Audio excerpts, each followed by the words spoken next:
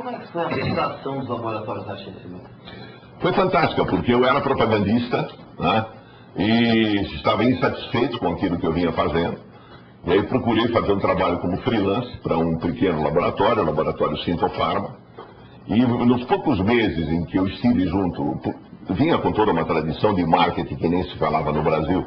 Nós estamos falando da década de 60, a Fundação Getúlio Vargas é mais ou menos o final da década de 60. Marketing era uma palavra ainda desconhecida no Brasil. Mas as grandes empresas onde eu trabalhei, a Squibb, a Winthrop, já faziam um marketing bem diferenciado. Na época, multinacionais. Multinacionais, nas quais eu tinha trabalhado. E fui para uma empresa nacional que absolutamente nem sabia o que era isso.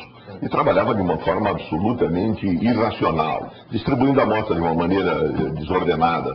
E começamos a fazer um pequeno trabalho, e eu senti que realmente ele tinha um potencial muito grande.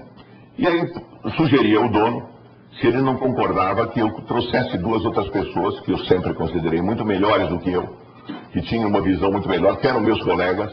Um que tinha uma visão de vendedor fantástica, eu costumo dizer que ele vende água para a Sabesp, né? Vende terrenos no céu. Né? E o outro que é um homem que tem uma vocação, digamos, não no mau sentido, do jogador. O jogador que joga, ele está buscando alguma coisa, ele está sempre buscando um resultado.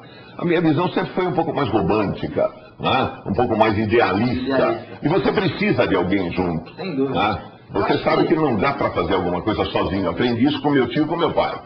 Eu sabia que meu pai era limitado, ele se juntou com o tio que era muito mais vivo que ele. Né? Já aprendi dentro de casa. E acho que dentro dessa pequena história que o senhor contou, já estão aí duas características do empreendedor. A primeira é a questão de distribuir medicamentos desordenadamente. Ou seja, isso é uma característica do empreendedor, né? Ele sai fazendo a coisa, mesmo que desordenado. Lá na frente, alguma coisa... vai aprendendo com os erros, vai aprendendo com os erros.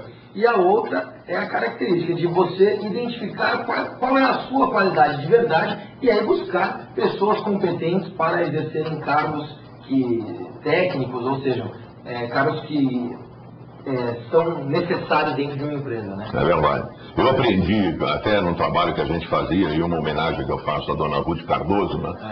No programa dela de alfabetização solidária, uma professoria no sertão de Pernambuco, que ela dizia o seguinte: sozinho ninguém é nada. Você como empresário, eu como empresário, tem que ter plena consciência de que sozinho você não é nada. Você tem que ter uma equipe junto com você, sócios ou não, mas pessoas que participem junto com você e ter plena consciência das suas limitações. Essa é uma das coisas que eu aprendi com as crianças e com os jovens, com os meus amigos portadores de deficiência. Nós todos, executivos, empresários e empreendedores, somos muito super-homens, temos a mania de sermos vencedores. E esquecemos que nós somos seres humanos. Os portadores de deficiência têm uma grande vantagem sobre a gente. Eles sabem que eles têm uma limitação e procuram superar essa limitação. Nós, no fundo, a gente não acha que não temos nenhum tipo de limitação. Verdade. Até que alguma coisa suceda na nossa vida e nos diga: meu amigo, você é um ser humano, nada mais do que isso. É verdade. Existe uma história inusitada, que é a história do HFlan. Foi batendo uma bola em Mongaguá. Esse mesmo joelhinho que está aqui, que hoje está até puxando um pouco, que surgiu o produto. O senhor, inclusive, passou o HFlan? Está até com um pouquinho de cheirinho.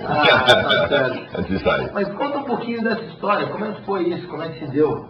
Aquela história do esporte na praia no final de semana e o pessoal da praia utilizava. Eu já tinha aprendido isso no passado, porque eu trabalhava com camarão, trabalhava com peixe. Quando você pega o camarão para colocar na balança, você sempre acaba machucando muito a mão, né? Eu me lembro que minha mãe me colocou para estudar piano e eu tinha muita vergonha, porque eu ia com a mão muito inchada, né? E acabei desistindo do piano. Foi uma grande perda para o país, né? Perdi um grande pianista, um grande cantor também, né? E eles usavam uma planta nativa do nosso litoral, que fazia uma espécie de uma infusão, que os caiçaras chamam de garrafada. E era incrível porque algumas vezes eu saía do futebol, saía do vôlei na praia, ia direto para o ortopedista. Ele dizia: seu joelho é absolutamente inviável. E de repente eu descobri esse pessoal que fazia essa infusão, essa garrafada. Eu colocava no meu joelho e na segunda-feira eu conseguia trabalhar. Eu falava: não é possível, tem alguma coisa dentro disso. Passados alguns anos, eu falei: eu quero apostar nisso. E foi realmente uma teimosia, pra você ter uma ideia, foram praticamente 15 anos até chegar no produto. Parece que foi investido até 100 milhões. Muito, foi investido bastante dinheiro. Foi muito difícil porque ele foi em etapas, em diferentes etapas. E como costuma ocorrer nessas coisas? Descrédito numa, crédito na outra e a coisa vai avançando. Legal. Falando um pouquinho sobre o Unique Garden. Na verdade, quando o senhor for montar o Unique, era para ser simplesmente a sua casa, né? É verdade. Era a minha casa. Era uma propriedade de 30, 40 anos. E a minha preocupação, inclusive a minha casa, se você for lá, você vai ver que tem uma plaquinha, Santuário do Vitor. Não no sentido de que eu seja um santo, mas eu tenho certeza que não sou. Apesar de ser São Paulino, né? E São Franciscano, devoto de São Francisco. Todo mundo tem que ter alguma característica negativa. Tem que ter algum defeito, é verdade. É verdade.